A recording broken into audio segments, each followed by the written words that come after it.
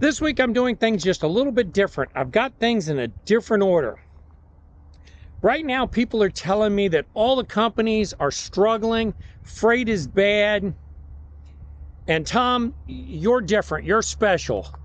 They give you the good runs to try to make you look good for YouTube. I can tell you now the dispatchers don't care about YouTube. But I changed up this week so we can take a look at myself versus 4 other drivers that have all agreed to give me their 14th week summary box. We're going to talk about it coming up.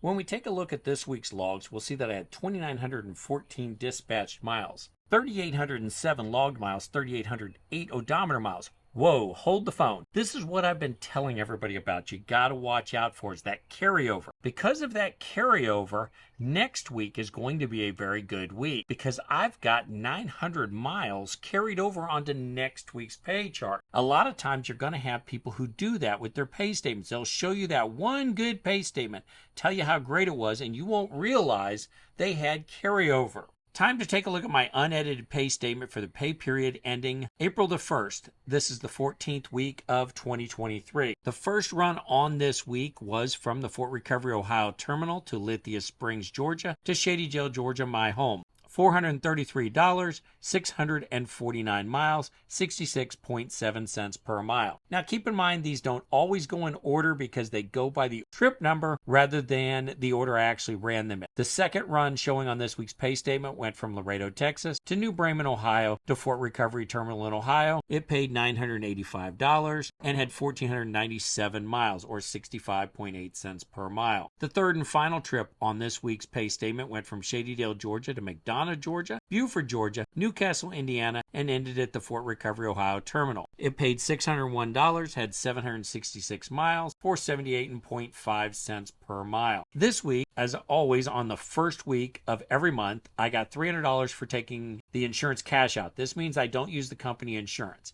If you have your own insurance through another means, then you can get $300 per month because the company doesn't have to buy your insurance. Taking a look at the summary page, I had $117 in empty miles, $36 handling and securement, $25 for hazmat miles, $300 for the insurance cash out, $1,732 for loaded miles, $108 in stop pay, $2,320 total pay, 2,913 miles, 79.6 cents per mile. Now we're looking at the year-to-date. Year-to-date, we are on week number 14. Gross income, $29,743.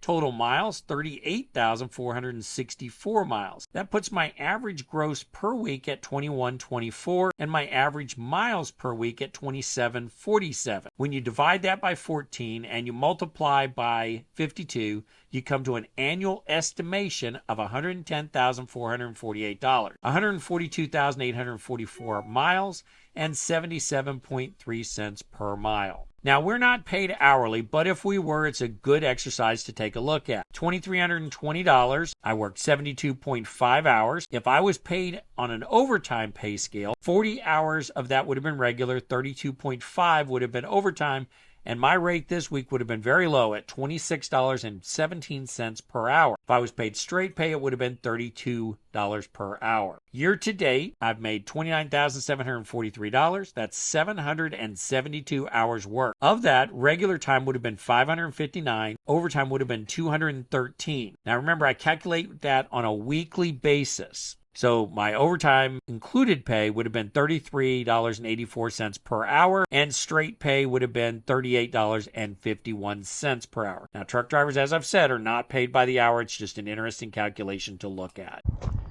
I decided to change things up, and we're going to do a comparison of 5 drivers, myself and 4 others, who all come from different parts of the country, who drive differently.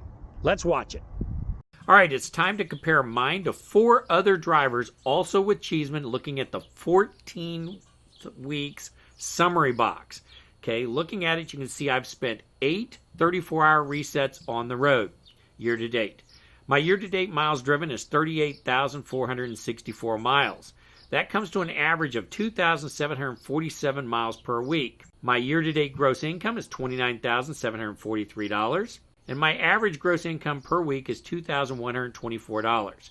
That multiplied out by 52 would be $110,476. Taking a look at driver A, who is an OTR driver out of Pennsylvania. This driver has spent 6 34-hour resets on the road. The rest he's been home. 33,694 miles have been driven. That comes to an average of 2,407 miles per week. His year-to-date gross income is $25,867. That gives him a gross income per week of $1,847. That puts him on track to earn $96,077. Driver B is an OTR driver out of Texas. Driver B has only spent 4 34-hour resets on the road. The rest of the time, he's managed to get home. Happens to live right in a freight lane. Perfect for him. His year-to-date miles driven is 47,378. That gives him an average miles driven per week of 3384. His year-to-date gross income is $34,184. His average gross income per week is $2,441. This is an estimated annual gross income of $126,969. Driver C is a regional driver out of Indiana. Regional driver means he goes home every weekend for a 48, not for 34. If you notice, there's no 34-hour resets done on the road. Makes it home every week. He's driven 34,917 miles. His average per week is 2,494 miles. His year-to-date gross income is $25,967. His average gross income per week is $1,854. That gives him an estimated annual gross income of $96,449. All right, now time to look at Driver D. Driver D is an OTR driver out of North Carolina. Driver D is definitely a hard charger. He has spent 9 34-hour resets on the road. Doesn't go home much. He has driven 47,640 miles year to date. That's 3,403 average miles per week. His year-to-date gross income is $35,307. His average gross income per week is $2,522. That means his estimated annual gross income is $131,142. We've taken a look at 5 different drivers from different parts of the country who drive differently, take different amounts of home time. Each of us pulls our loads differently. Some of us are daytime drivers, some are nighttime drivers. Some don't care about the clock and do 10-hour turn and burn.